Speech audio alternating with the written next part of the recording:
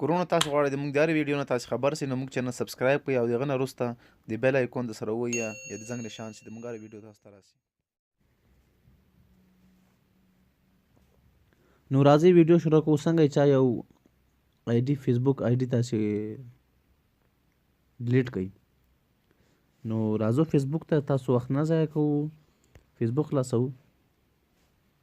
نو دې دپاره که تاسې غواړئ چې تاسو په نوم باندې یو کس آی ډي جوړه کړې سیم ټو سیم مطلب یو رقم نام وي، نو هغې دپاره به اول په خپل فیسبوک کې موږ سیټینګ کوو. سیټینګ ته ځو موږ، دا څنګه چې کوم داسې مینو باندې خلاصوي دا به خلاصوو.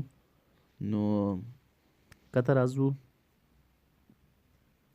دې ته لیکل سوي دي سیټینګ اینډ پرایویسي ده، دا خلاصوو. نو دلته به اول نمبر کې سیټینګ ووایو.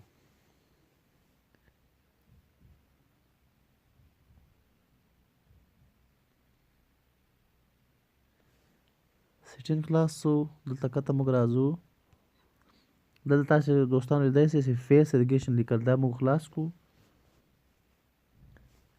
او دا به موږ دلته یس کړو. تاسې کتای شئ دا یس ده.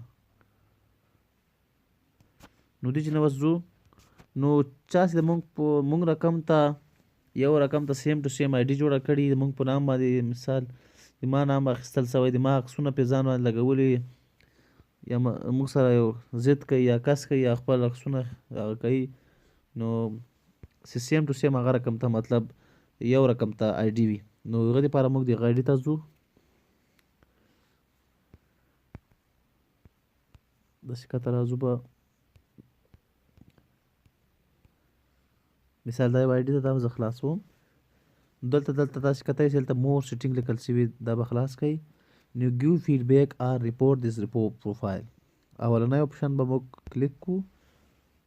هغو نه وروسته دلته کې تاسو معلومیږي فیک نام لیکل سوی، دا فیک نام، دا به تاسې کلیک کوئ او دې نه به دا ریپورټ سینډ کوي فیسبوک سینټر ته، دا موږ سینډ کوو. او دې نه وروسته دا دلته به هېڅ شی هم نه وایي، تاسې خالي به دلته ډن کوئ. دا ډن شو. نو دوستان دا رقم ډېر ښکلي شیان دپاره که غواړئ چې د موبایل زده کړه وکړئ او ښه په هغه شي ځان پوه کړئ، نو د ما چینل درسره سبسکرایب کوئ او بیل آیکون درسره ووهئ چې په هر شي پوه شئ. خیر اوسئ، مننه.